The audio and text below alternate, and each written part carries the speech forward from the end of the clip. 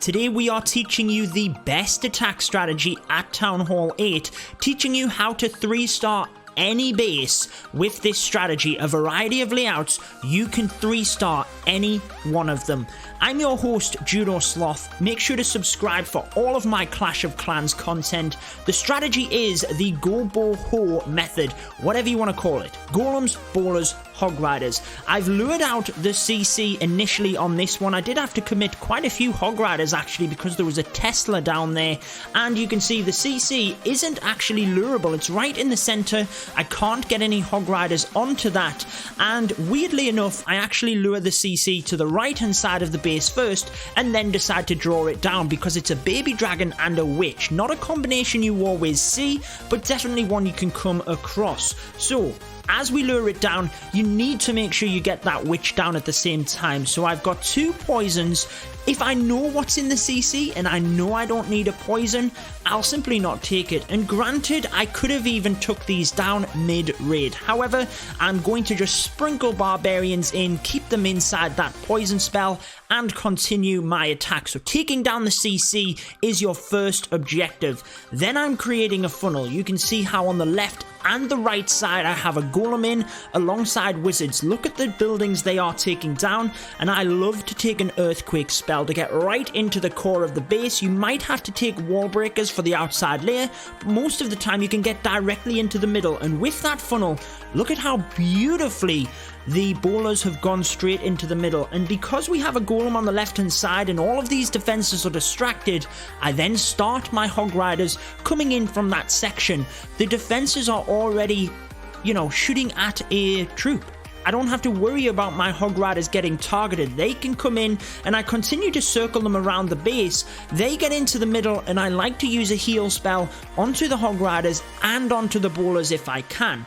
You will see there's a couple of different methods. I either only take 1 heal spell if I'm taking the poisons, or if I know what's in the CC, for example if it's a dragon and I can take that out easily without a poison, then I'll take 2 heal spells just because I can. It's very helpful for the Hog Riders because as you can see in this one, the Hog Riders go down. I didn't actually have a heal spell for them and I prioritized the bowlers in the middle on this raid. Again, it depends on how many defenses are on the outside versus the middle, what is taking the damage necessarily, but I prioritized the bowlers on this one because I knew if I saved them I wasn't going to run out of time. I had cleanup troops and that's exactly what happened. Let's look at the second base. This one, again, no way I can get to that CC.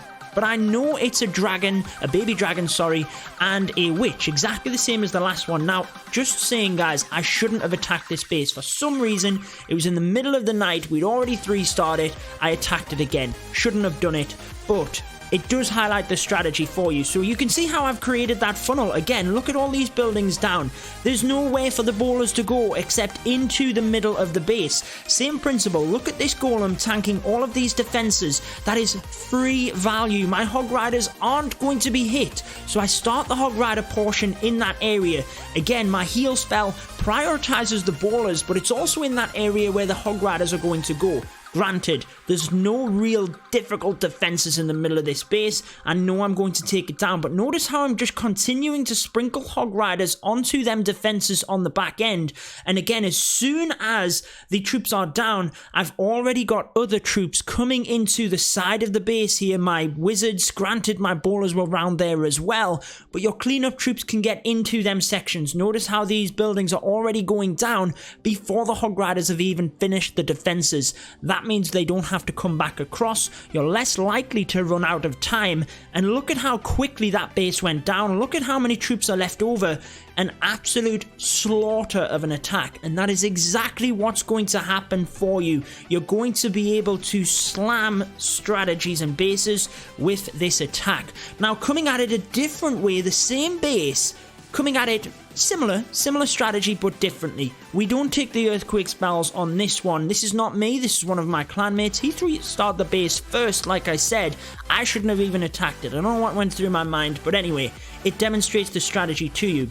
Because there's not many defenses in the middle that we have to worry about, and because the bowlers can actually target each one of these defenses from the outside of the wall anyway, we don't have to worry about getting in. so he doesn't even break into that middle compartment. He has the poison spells onto the baby dragon and the witch in the middle of the raid because they are going to go down to the poison. It's not like it's going to be standing after the poison spell. You just have to make sure you've got troops to keep them inside it, which obviously on the fly here as part of the raid, he did.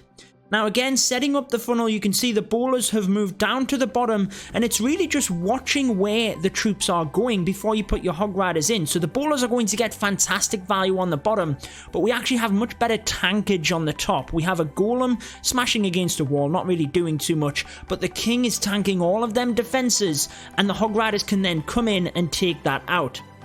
Continuing on the back end with the Hog Riders, able to take that out, and because we didn't take the 4 earthquake spells, we had the rage for the bowlers, but also 2 sets of heals for the hogs. And again, this strategy is amazing. Take the bowlers in the CC. If you don't have access to bowlers, you can use Valkyries. They're not as effective, but they're still very effective for this, especially if you can have higher level troops.